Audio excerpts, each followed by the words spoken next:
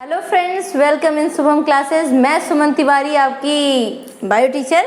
आप class 10th में जो चैप्टर कंप्लीट हुए थे उनको आप लोगों ने पढ़ा होगा। उसके आगे का जो चैप्टर है, और ये आपको लास्ट चैप्टर पढ़ना है क्योंकि इसके आगे जितने भी चैप्टर हैं वो आई थिंक रिड्यूस हो गए हैं आपके चैप्टर से, आपके कोर्स से।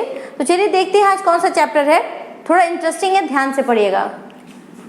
आनुवंशिकी।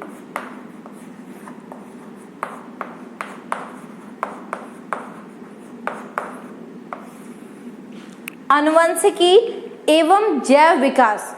ये देखिए, दोनों वर्ड का मीनिंग मैं बताऊंगी। एवं जैव विकास। अब देखिए एक एक करके समझते हैं। पहले आनुवंशिकी क्या है। आनुवंशिकी वह प्रक्रिया है जिसके जरिए एक पीढ़ी से दूसरी पीढ़ी में गुणों का स्थानांतरण होता है। जैसे आप खुद को देख लीजिए, अगर आप किसी पार्टी में जाते हैं या कहीं जाते हैं तो लोग कहते हैं पापा की तरह दिख रहा है, कोई कहता है मम्मी की तरह दिख रहा है। मतलब क्या, ये आनुवंशिकी ही तो है जिसके जरिए आपको लोग डिटरमाइन करते हैं कि ये इनके घर का पर्सन है। आनुवंशिकी का मतलब होता है गुण जो ट्रांसफर हो। और कौन से गुण? जैसे कि आपके आंखों का रंग, आपके बालों का रंग, आपकी हाइट, ये सारी चीजें इसमें आ जाएंगी। तो ये हो गई आनुवंशिकी की बात। जैव विकास क्या है? जैव विकास, देखिए इस बार तो जैव विकास भी लमसम कट ही गया है आपके चैप्टर से, लेकिन जैव विकास के बारे में थोड़ा बहुत आप जानते रहिए। जैव विकास क्या होता है? जो धीरे धीरे एक वृद्धि हो रही है, विकास हो रहा है आपके, वो चाहे आपके शरीर में हो, वो चाहे आपके समय सारणी में हो, वो चाहे आपके किसी काल में हो, जो धीरे धीरे विकास का दर है वही होता है जैव विकास। जैव मतलब होता है जीवित चीजें, और विकास का मतलब होता है डेवलपमेंट। विकास मतलब बढ़ना, आगे बढ़ना। तो क्रमबद्ध धीरे धीरे आप आगे बढ़ रहे हैं, इसी को बोल देंगे हम लोग जैव विकास। ये हो गई इसकी मीनिंग। अब हम लोग जानते हैं कि इसमें इंटरेस्टिंग क्या है। आप लोग सोच रहे होंगे मैम ने बोला बहुत इंटरेस्टिंग है, तो है क्या इंटरेस्टिंग? इसमें एक ऐसे साइंटिस्ट का नाम आता है जो कि थे तो मैथमेटिशियन, लेकिन उनका इंटरेस्ट था बायो में। वो थे अपने ग्रेगर जॉन मेंडल। कौन थे? Gregor John Mendel. बातें सुनते हैं थोड़ी। ग्रेगर जॉन मेंडल जो थे वो ऑस्ट्रिया के थे। वो एक ऐसे सिंपल फैमिली के थे। उनके जो पिता थे वो पादरी थे जो कि चर्च में काम किया करते थे। तो एक बार उन्होंने देखा कि जो चर्च का थोड़ा गार्डन एरिया होता है उसमें उन्होंने देखा कि कुछ मटर के प्लांट लगे हुए थे। तो उन्होंने देखा कुछ छोटा है कुछ बड़ा है। तो उनके दिमाग में आया कि आखिर ये क्यों है? कुछ पौधे छोटे, कुछ पौधे बड़े, कुछ जो फूल है वो गुलाबी दिख रहे हैं, कुछ जो है कि सफेद दिख रहे हैं। इसके पीछे का कारण क्या है? सभी सोचते हैं अगर पेड़ से सेब गिरा, न्यूटन नहीं सोचते कि ये कैसे गिरा, तो क्या वो न्यूटन कहलाते? वो साइंटिस्ट होते? नहीं होते। तो यहीं पे बात है। ग्रेगर जॉन मेंडल ने भी सोचा कि ये कैसे छोटे बड़े, ये अलग अलग तरीके के पौधे मुझे कैसे दिख रहे हैं। तब उन्होंने क्या स्टार्ट किया? आनुवंशिकी की खोज स्टार्ट की। वो बहुत पहले खोज चुके थे आनुवंशिकी को, और जब आनुवंशिकी को वो सामने लेके आए तो उस समय लोग जो थे वो प्रभु को मानते थे, प्रभु के सिवा किसी को नहीं मानते थे। और अगर प्रभु के खिलाफ किसी ने बोला तो उनकी गर्दन जो होती थी कलम कर दिए जाते थे, गर्दन काट दिए जाते थे। तो उनको चुप करा दिया गया। लेकिन जो थे ग्रेगर जॉन मेंडल, उन्होंने अपनी जो बातें थी वो एक फेमस वहाँ की पत्रिका थी जिसमें कि छपवा दिया था। फादर ऑफ जेनेटिक्स कहा गया, जो है कि आनुवंशिकी के पिता कहे जाते हैं अभी तक क्या आपके आने वाले भविष्य में भी इन्हीं को आनुवंशिकी के पिता कहा जाएगा। तो ये थी थोड़ी सी बात ग्रेगर जॉन मेंडल की। अब आ जाते हैं अपने टॉपिक पे। वंशागत लक्षण वो होता है जो कि वंश यानी कि आपकी पीढ़ी से एक पीढ़ी से दूसरी पीढ़ी में आते हैं। बताया मैंने, आंखों का कलर, बालों का रंग, ये सारी चीजें बता चुके हैं। ठीक है, तो आगे चलते हैं हम लोग। लक्षण, कौन कौन से लक्षण मेंडल ने लिए? तो पूरे 7 कैरेक्टर को मेंडल ने लिया। कौन कौन से कैरेक्टर थे देख लेते हैं। मेंडल ने बीज की आकृति लिया, बीज की आकृति, बीज का रंग, फिर उसके बाद देखिए बीज की आकृति, बीज का रंग, पुष्प का रंग, पुष्प का रंग, पुष्प की स्थिति,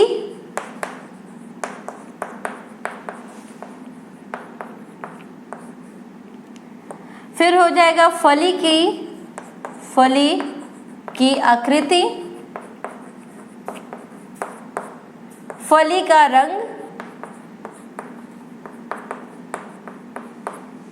और पौधे की लंबाई।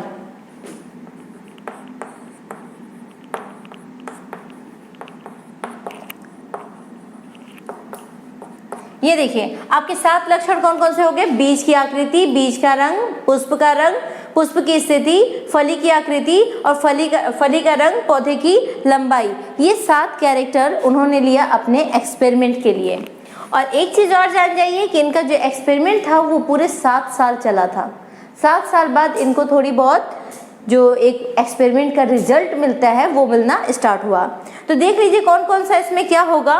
बीज का आकृति कौन कौन सा हो सकता है? गोल हो सकता है और झुर्रीदार हो सकता है। अब देखिए ये गोल और झुर्रीदार होता क्या है आपके दिमाग में आ रहा होगा।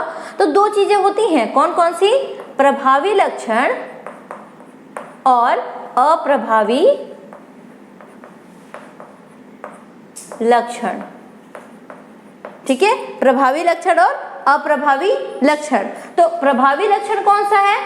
वो लक्षण जो अपने आप को सबके सामने ला सके, सबके सामने प्रेस करे, मतलब दिखाए अपने आप को, उस लक्षण को बोलते हैं हम लोग क्या? प्रभावी लक्षण। अप्रभावी कौन सा लक्षण है? जो अपने आप को शो ऑफ नहीं करता, जो अपने आप को दिखाता नहीं है, उसको अप्रभावी लक्षण कह देते हैं। जैसे कि एग्जाम्पल मैंने बहुत बार मतलब देखा है भाई, आप भी देखते होंगे कि अगर किसी टीचर किसी क्लास में जाता है और वो क्वेश्चन पूछना स्टार्ट करता है तो वही बच्चा आंसर देता है जिसको आता है, मतलब वो क्या हो गया? प्रभावी है। और जो अप्रभावी बच्चा होगा वो बेंच के नीचे घुस जाएगा कि मतलब टीचर मुझसे क्वेश्चन करेगा ना, तो क्वेश्चन नहीं बताने के डर से कहाँ गया? बेंच के नीचे, मतलब वो अपने आप को छिपा लेता है। यही तो है अप्रभावी। नेक्स्ट हम लोग देख लेते हैं बीज का रंग। अब बीज का रंग कौन सा हो सकता है भाई? बीज अगर मैच्योर है तो पीला होगा और नहीं है तो हरा होगा। तो आप अगर बाजार में जाते हैं तो पका मटर लेना हो तो कौन सा कलर लेते हैं? हरा कोई लेता है क्या? नहीं, क्योंकि पीला जो है वो डोमिनेंट कैरेक्टर है। हमेशा हम अच्छे कैरेक्टर लेते हैं, बुरे कैरेक्टर नहीं लेते हैं। नेक्स्ट हो जाएगा पुष्प का रंग। तो पुष्प का रंग कौन कौन सा हो सकता है? अगर हम पुष्प का रंग देखेंगे तो एक होगा लाल, दूसरा होगा सफेद। लाल और सफेद। लाल जो हो जाएगा वो आपका प्रभावी है, सफेद जो है अप्रभावी है। पुष्प की स्थिति में देखेंगे तो पुष्प की स्थिति में एक होता है कक्षस्थ और दूसरा होता है अग्रस्थ। कक्षस्थ और दूसरा अग्रस्थ। एक जो होगा कक्ष बिल्कुल सेंटर में प्रेजेंट होगा और दूसरा जो होगा आगे की तरफ। फली की आकृति देख लेते हैं। अब फली की आकृति में क्या होती है? 2 टाइप की फली होती है। एक होगा जो फुली हुई होगी और दूसरा जो होगा वो पिचका होगा। अब आप मटर अगर लेते हैं, हरा मटर, तो क्या कोई किसी के घर में पिचका मटर लेते हैं क्या? अगर पिचका मटर होता है तो वो सस्ता बेचा भी जाता है, मतलब वो क्वालिटी खराब है। तो यहाँ डोमिनेंट क्या हो गया? फुला हुआ। और अगर पिचका है तो आपका रिसेसिव हो गया, मतलब अप्रभावी हो गया। नेक्स्ट अगर देख लेते हैं हम लोग तो फली का रंग। फली का रंग कौन सा होना चाहिए? तो अगर हरा है तो वो डोमिनेंट कैरेक्टर है और अगर पीला है तो वो रिसेसिव है। ठीक है। नेक्स्ट पौधे की लंबाई। लंबा है तो भाई ये क्या है? प्रभावी है। और अगर बौना है तो ये अप्रभावी है।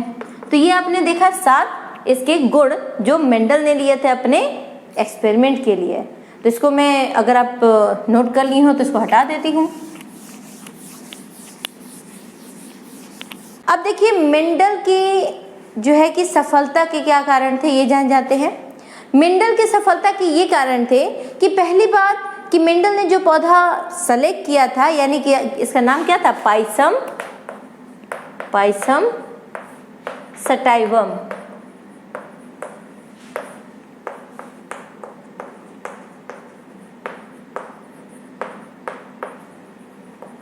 पायसम सटाइवम। ठीक है, ये इसका साइंटिफिक नेम है, वैज्ञानिक नाम है क्या ये? मीठी मटर का नाम है। तो इन्होंने ऐसा पौधा सेलेक्ट किया, ऐसा पौधा चुना जो कि 12 महीने में 3 बार इसकी खेती कर सकते हैं। मतलब क्या हुआ, ये इजीली खेती कर सकते हैं, इजीली ये मिल सकता है। दूसरी बात कि इसके लिए एक विशेष प्रकार का वातावरण नहीं चाहिए। ये नॉर्मल जो होते हैं कि जो आसानी से वातावरण होता है उसमें भी ये अपने आप को बढ़ा लेते हैं। तीसरी बात अगर हम बात करें तो इसमें जो थे मेंडल आसानी से F1 जनरेशन यानी पहली जनरेशन से लेके उसके कई जनरेशन तक की जो है कि एक्सपेरिमेंट की बातें देख सकते थे।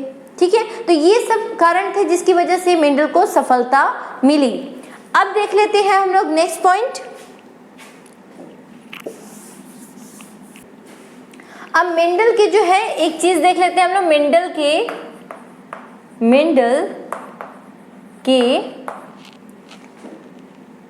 के वंशागत संबंधित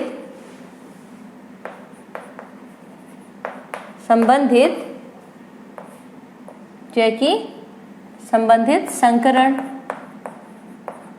ठीक है, अब इसमें कौन कौन से 2 संकरण आते हैं? एक आता है आपका एकल संकरण, दूसरा होता है द्विसंकरण। ठीक है, तो ये हो गया मेंडल की कहानी। अब हम देखते हैं एकल संकरण को।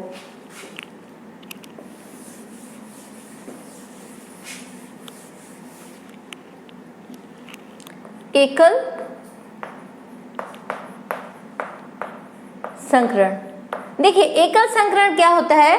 जब हम एक जीन के जोड़े को या किसी एक गुण को लेके उनके बीच में यानी प्रभावी लक्षण और अप्रभावी लक्षण के बीच में क्रॉस कराते हैं, तो ऐसे जो है संकरण को हम क्या कहते हैं? एकल संकरण। क्या? देख लीजिए, जब हम एक गुण को आपस में संकरण कराते हैं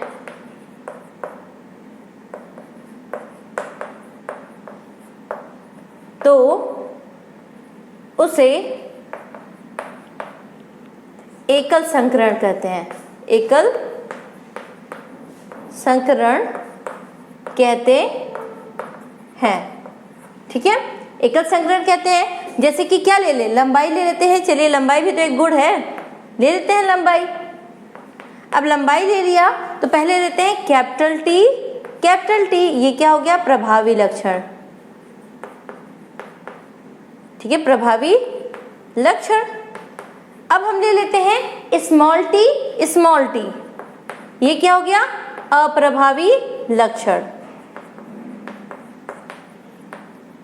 अब दोनों के बीच में क्रॉस कराना है आपको। तो गैमेट फॉर्मेशन कैसे होता है? यहाँ से एक कैपिटल टी, यहाँ से एक स्मॉल टी। अब दोनों को अगर हम मिक्स किए तो हमारे पास बना कैपिटल टी स्मॉल टी, ये आपका गैमेट फॉर्मेशन हो गया। अगर ऐसे करते हैं तो भी ठीक है, या एक और तरीका है, आपको 2 तरीके और बताते हैं कैसे करने के। एक कैपिटल टी स्मॉल टी।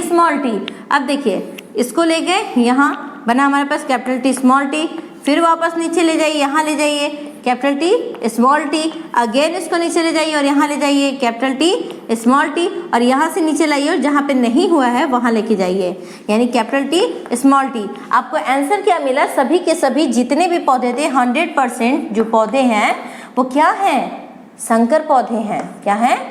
संकर पौधे हैं। तो ये सब के सब 100% संकर पौधे हैं। अब हम लोग देख लेते हैं एक और तरीका, उसको बोलते हैं हम लोग चेकर बोर्ड भी बोल सकते हैं, क्योंकि इससे भाई चेक करते हैं हम लोग, या फिर इसको पुनेट स्ट्रक्चर भी कह सकते हैं। इसमें क्या होता है? हम 4 खाने बनाते हैं और जो है कि एक तरफ जो है कि मादा और एक तरफ नर पुष्प लेते हैं। तो यहाँ पे हम लेते हैं कैपिटल टी प्रभावी लक्षण ले लिए, ठीक है, और यहाँ पे ले लेते हैं अप्रभावी, यहाँ पे लेते हैं स्मॉल टी, स्मॉल टी बना क्या, capital T small T, capital T small T, capital T small T, capital T small T. यहाँ पे भी क्या मिला आपको 100% संकर।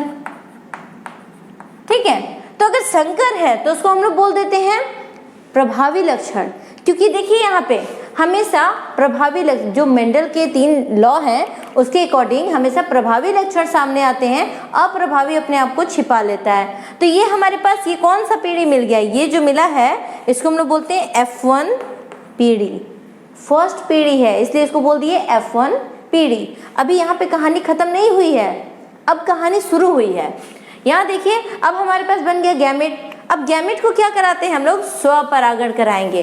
देखिए ये भी एक गुण था जिसकी वजह से मेंडल सफल हुए थे, क्योंकि मटर का पौधा स्वपरागण कर सकता है, तो भाई उसके साथ मेहनत नहीं करनी है ना, क्योंकि वो खुद ही क्रॉस कर ले रहा है, तो ये भी एक सफलता का कारण था।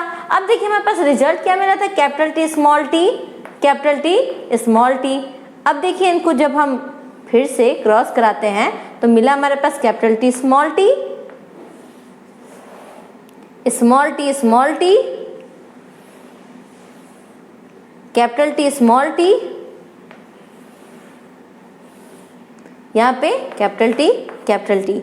अब यहाँ पे अगर हम देखें तो 2 हमारे पास कैसे मिले हैं, संकर पौधे मिले हैं।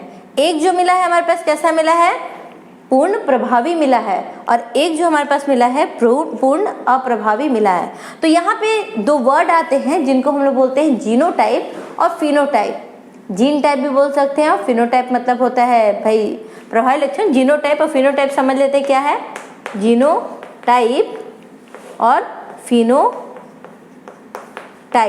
देखिए जीनोटाइप का मतलब होता है जब जेनेटिक स्ट्रक्चर हम देखते हैं तो उसको जीनोटाइप बोलते हैं, मतलब एकदम सही सही लिखेंगे यहाँ पे। फिनोटाइप मतलब बाहर से देखने में, जैसे एग्जाम्पल अगर कोई सांवला है, थोड़ा सा सांवला है, बहुत ज़्यादा सांवला है, तो आप सबको सांवला बोलेंगे।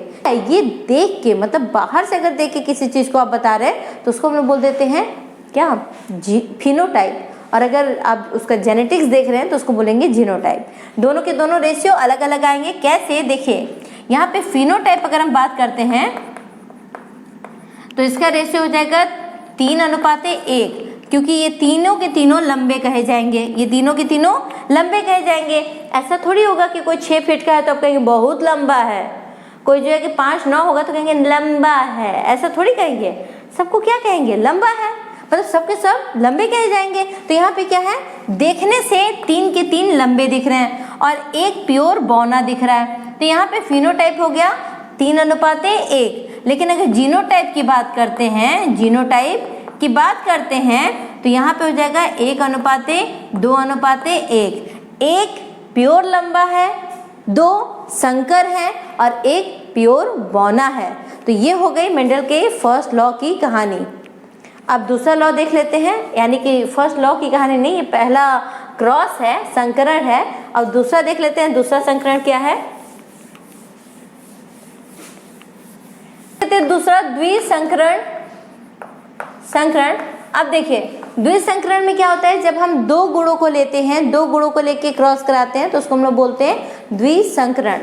कैसे, देखिए capital R small, capital Y small R small Y. अब इनका जब हम एक क्रॉस कराते हैं तो हमारे पास जो गैमेट बनते हैं वो हमारे पास गैमेट कैसे बनते हैं, ये देखिए। Capital R capital Y, capital R small Y, small R capital Y, small R small Y. ये हमारे पास 4 गैमेट बन गए। एक एक गैमेट सबके साथ क्रॉस कराने पे बनते हैं। अब इनको फिर हम, ये F1 जनरेशन है, अब F1 जनरेशन को हम क्या करेंगे, फिर से क्रॉस कराएंगे। कैसे, यहाँ पे देखिए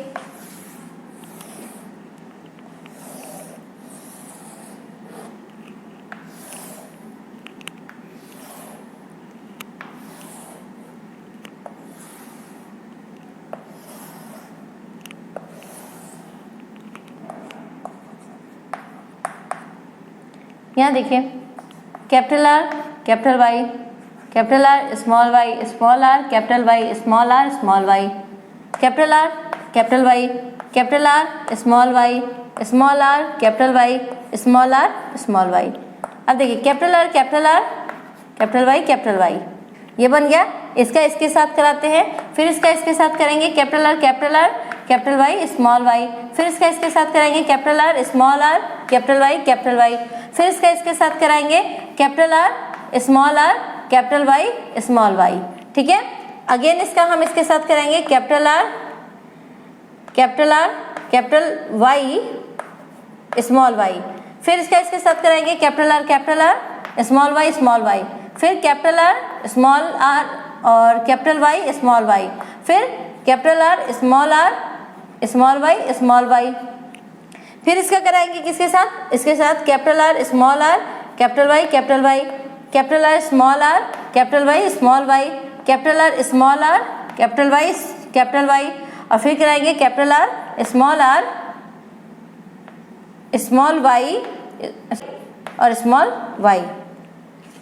फिर देखिए कराएंगे इसका इन चारों के साथ capital R capital Y small Y, capital R small Y, फिर small R capital Y small Y, small R small Y.